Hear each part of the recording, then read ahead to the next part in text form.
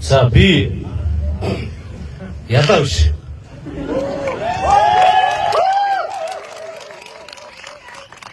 Ядаа бол байдаг. Гэхдээ ямар ч органикаар юугаар ч ер нь ямар нэгэн жагсаал цуглаан яхад ядаа ирдэг штэ. Тэр ядаа бол байж л байгаа. Одоо энд бол ганц нэг ядаа байна.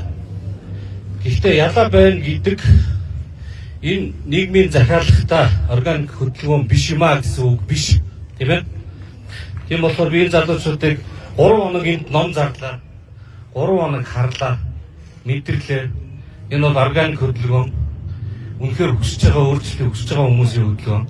Тийм болохоор ялаа биш ээ. За энийг нэг хэлье. За их одоо юм бодлоо. Одоо юм бодож ямар ч байсан гарын үсгээ зурчлаа. Сая би энэ цагаараас зурчаад байсан.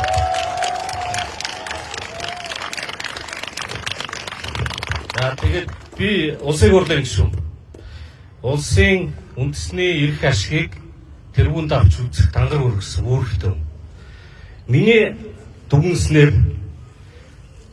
оюун ерөнхий сайдын тэргүүлсэн засгийн газар маань миний улсын эрх ашигт нийцэхээргүй том эрсдэлтэй ажлуудыг хийгээд байна. Тийм учраас би гарын үсэг зурхаар шийдсэн.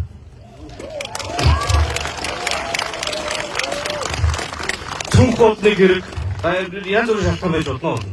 Энд ингээд түрүү уншсан шалтгаан дотор зарим санд нийлмэр юм байна. Заримдаа нийлмэргүй юм байна. Гэхдээ сорих хэрэгтэй гэдэг дээр нийлж байна.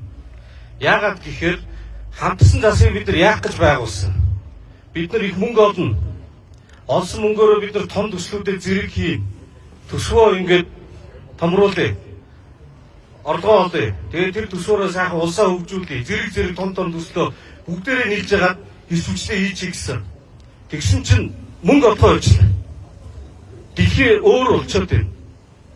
Нөхцөл байдал өөр болчоор одоо хариуцлага хүлээсэн цомхон хянамга баг ганц нэгэн том төсөл дээр анхаарал ажиллах ийм нөхцөл үүсчихлээ. Гэтэл бидний хүсэжсэн бүгдээрээ нийлж аваад өргөн фронтоор хийдэг нөхцөл байхгүй болчоод байхад хамаагүй. Нөхцөл байхгүй ч гэсэн бид нар хүчээр хийн.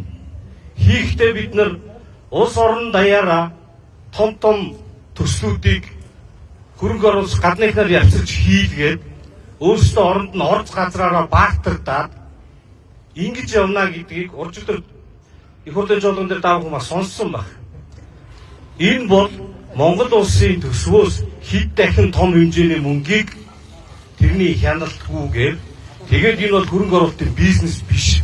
Төрийн өмчийн компаниуд уул уурхай лицензүүд ашиглуулаад энэ баахан барих гүүр одоо зам үн нөхцөл нь 2 дахин өндөр, оронд нь түүхийд нь 2 дахин ядхан болно. Эзэн өөрөө юм хийхгүйгээр хүнээр юм хийлгчээд үр ашиг машин хамаагүй ингээд орон нутгт хийх учраас угаасаа гişүүд дэмжин. Ингэж явах юм бол бид нар Монголын засгийн газар төрийн уламжлалт тогтолцоо сулрна. Төрийн зүгээс хардаг төсвөөс илүү том мөнгө орон даяар бид нар энэ тэнд ийм сонин холбооны улс шиг юмтай болох юм харагдаад байна. За юу гэж хэлж гэнэ вэ гэхээр хамтарсан том төслүүдээ хийхийн тулд бүгдээр нэг өргөн фронтоор хийсэн чинь юм дахгүй болчлоо.